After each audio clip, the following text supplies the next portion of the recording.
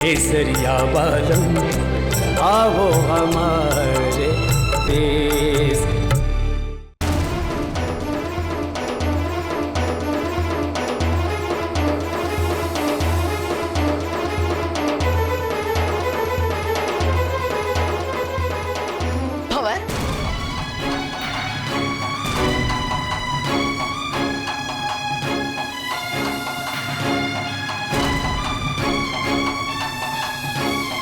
मारे को बताए बगैर ये मुंह दिखाई की रस्म क्यों हो रही है भंवर?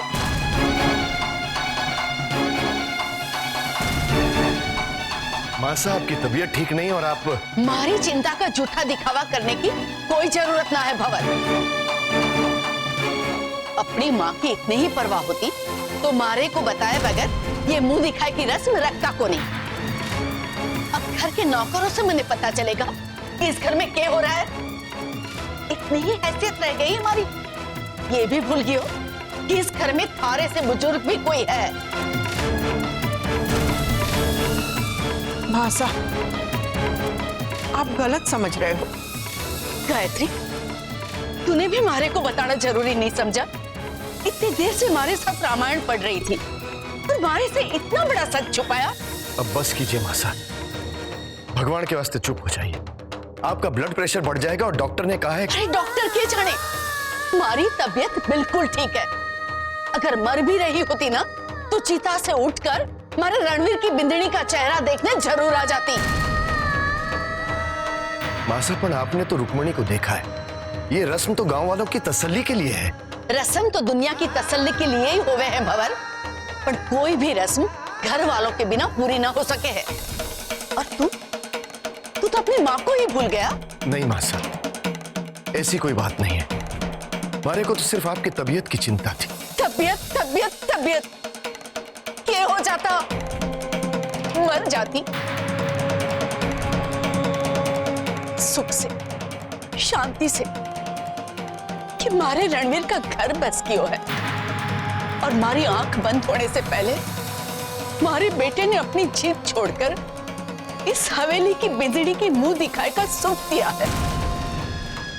पंचों का आज तने दियो है भवन, अपने ही घर से मारे को पराया करके। अगर अब मेरी तबीयत ठीक भी हो गई ना तो मैं सुकून से जी ना पाऊंगी।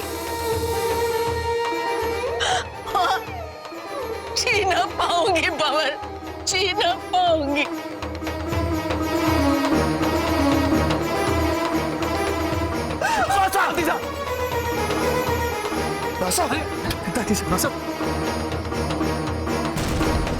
मैं डॉक्टर को फोन करता हूँ, आप लोग जरा गांव वालों को संभालो। गायत्री संभाल के। जब से इस रुक्मी ने इस हवेली में कदम रखा है तब से जैसे मनुष्य छा गई।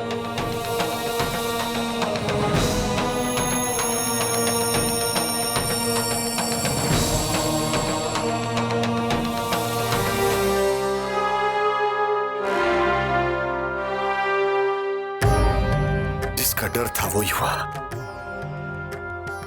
अरे गायत्री, हम मासा को कौन समझाए कि जो कुछ हो रहा है उनके जीवन की खातिर हो रहा है। ये जरूरत थी उस कजरी को अपना मुंह खोलने की। उसकी एक बात ने सारे किए कराए पर पानी फिर दिया है।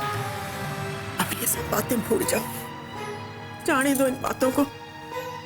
सबसे ज्यादा जरूरी है मां साहब का होश में आना।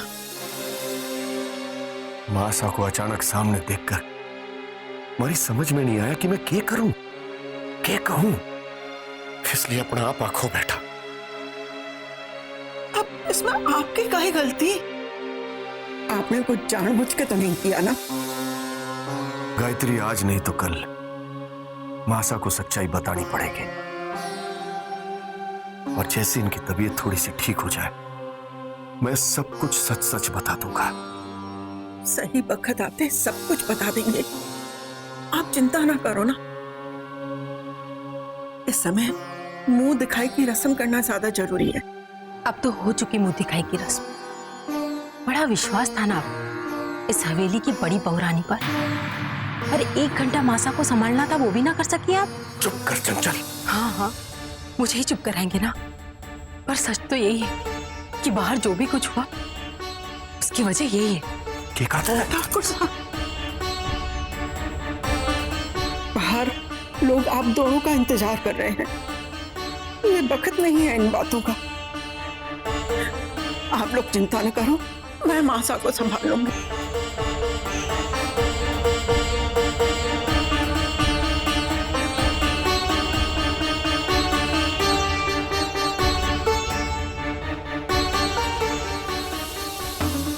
मासा की ऐसी हालत में ये मुंह दिखाई की रस्म करना जैसे मासा को धोखा देना है। हमारे को भी यही लगे।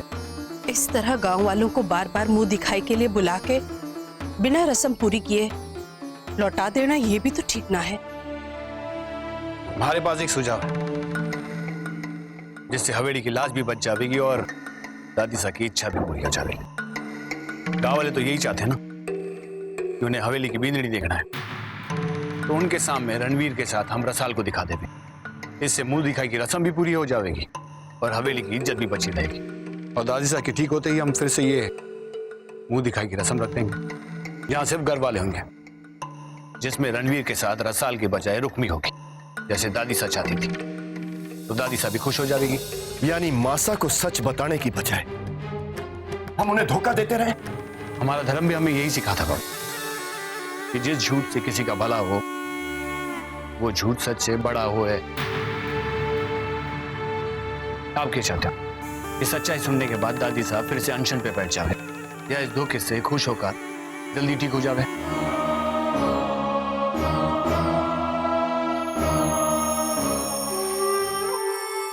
देखा आपने, हमारे बेटे दीप को इस घर की और घरवालों की खुशियों की उतनी ही फिक्र है जितनी कि रणवीर को है। हमारे को तो दीप का सुझाव सही लागे है। मजबूरी इंसान से कितनी गलतियां कराती है, कुछ चाहकर भी कुछ ना चाहते हुए भी।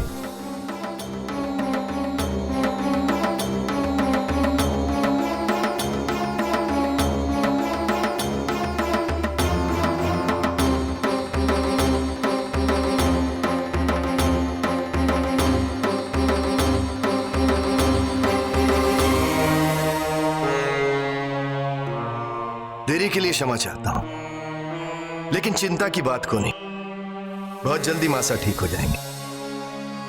रणवीर मासा का लाडला है, इसलिए इसके ब्याह की रस्म की तैयारी मासा कर रही थी। पर जैसा आप लोगों ने देखा, इस वक्त मासा की तबीयत ठीक ना है कि वो इतनी देर अपने पैरों पे खड़े रह सकें। फिर भी रस्म में शामिल होने की जिद कर रही थी। प्रेम जो करती हैं रणवीर से इतना। इससे पहले कि शुभ मुहूर्त टल जाए, हम ये रस्म शुरू करते हैं। बड़ी ठकुराइन, मुंह दिखाई का पहला सम्मान आपको जावे है, शुरू कीजिए।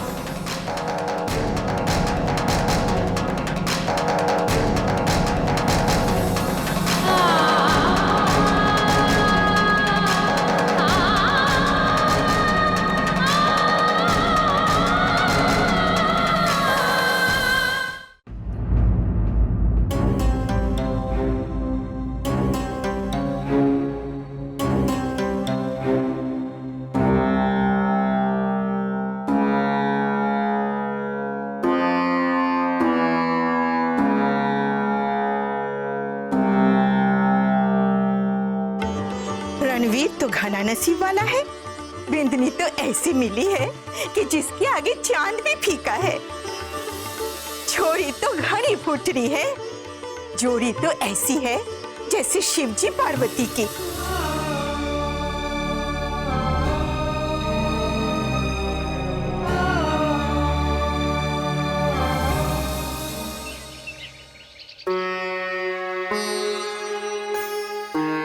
ये बात है, मन ही मन बड़ी खुशकाई हो रही है। अरे खुशकाई नहीं होंगी, आज बड़ी हवेली में मुंह दिखाई की रस्म धूमधाम से चल रही होगी। हमारी रसाल संदज की रानी लग रही होगी। हाँ, पर रुक्मी दासी लग रही होगी। ऐसी बात तुम्हारे मन में बिल्कुल ना थी। आप कई बार सोचे हो कि रुक्मी के दुख से हमारे को खुशी मिलेगी। अरे आप लोग पधारो पधारो। घड़ी कम्मा। खम्मा घड़ी। तुम सब एक साथ कहीं जानो है क्या? जाना कटे, हम तो बस रुक्मी की खैर खबर लेने आए थे।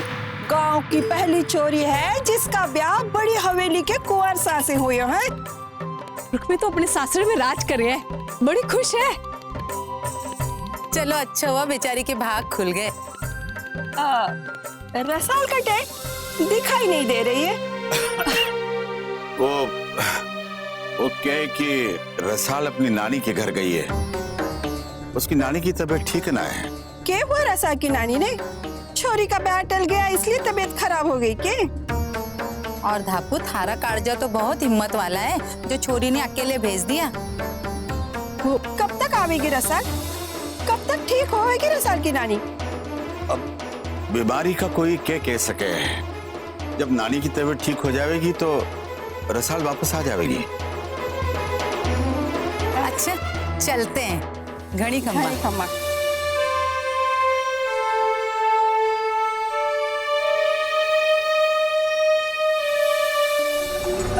अरे ठाकुर साहब, मैंने सब सुन लियो है। धीरे धीरे धीरे।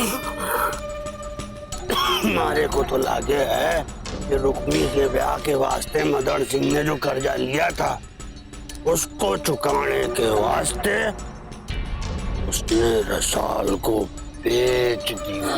हाय राम।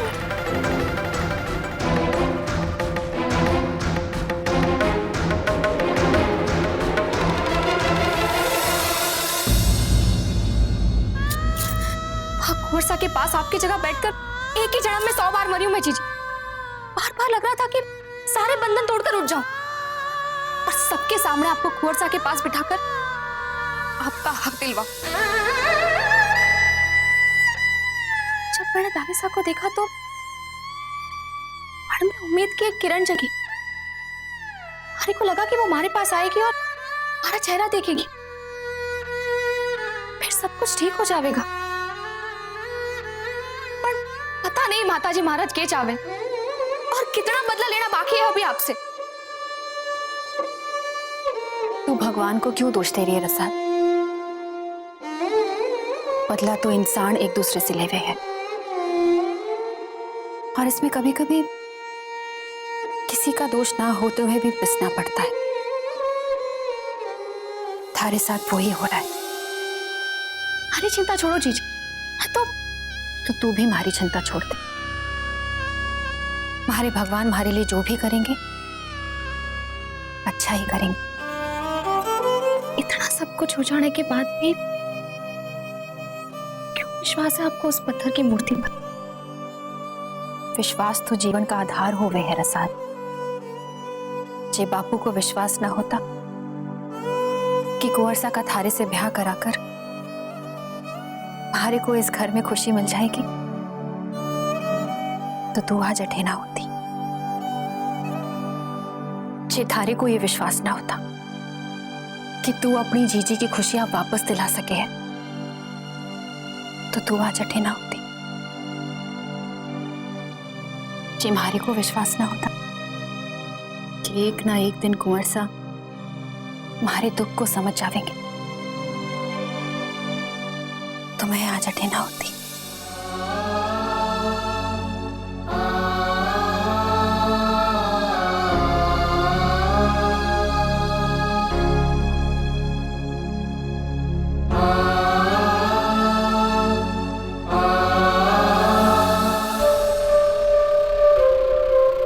के बाद तुम दोनों का नाटक खत्म हो गया तो तू इसके कपड़े पहन ले। क्यों? अब रुक्मी की मुंह दिखाई।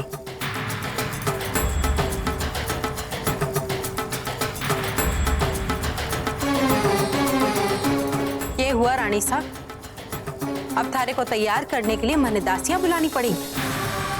ये मुंह दिखाई तो मासा की तसल्ली के लिए, ताकि वो जल्दी से ठीक हो जाए।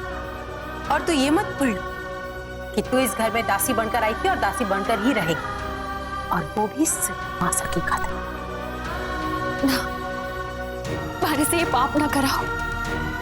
मैं दादी सा को धोखा ना दे सकूं। ये पाप और पुण्य की पट्टी किसी और को पढ़ाना एक बात याद रख, मासा की जिंदगी की कीमत थारे इन आंसुओं से कई ज्यादा है। इसलिए अब जल्दी से तैयार हो और नीचे आ जा।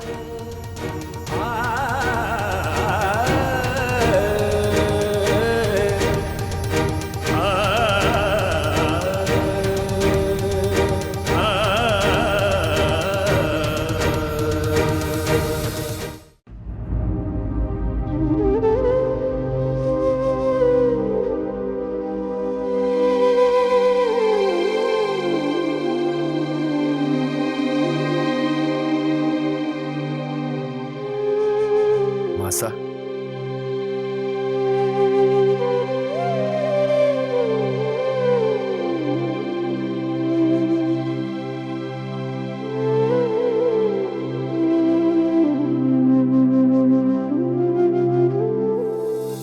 अब सब लोग अट्ठे जमा होकर हमारे मरने का इंतजार कर रहे होंगे। मासा अपने बेटे को माफ नहीं करेंगे। बेटा कटे, अब तो तू बड़ा ठाकुर सा हो गया है। घर की जिम्मेदारियां जो संभाल रहा है। माँ साहब, भाई साहब को आपकी तबीयत की चिंता थी। मैं ठीक हूँ, हमारी चिंता करने की कोई जरूरत ना है। मासा, गुस्सा थूक दीजिए और उधर देखिए।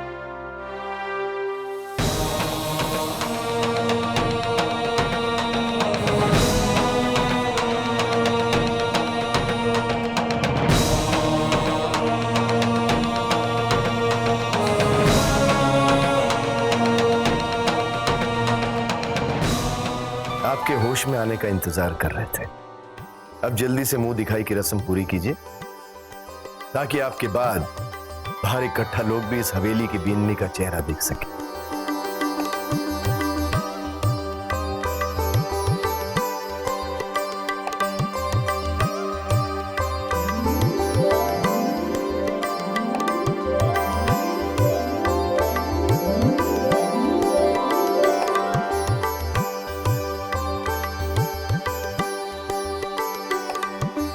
सदा सुहागन रहो। भगवान करे थारे को सारी दुनिया की खुशियां, सारा प्यार मिले। अपनी अच्छाइयों से, अपने संस्कारों से अपने सासरे को स्वर्ग बना दे बेटा।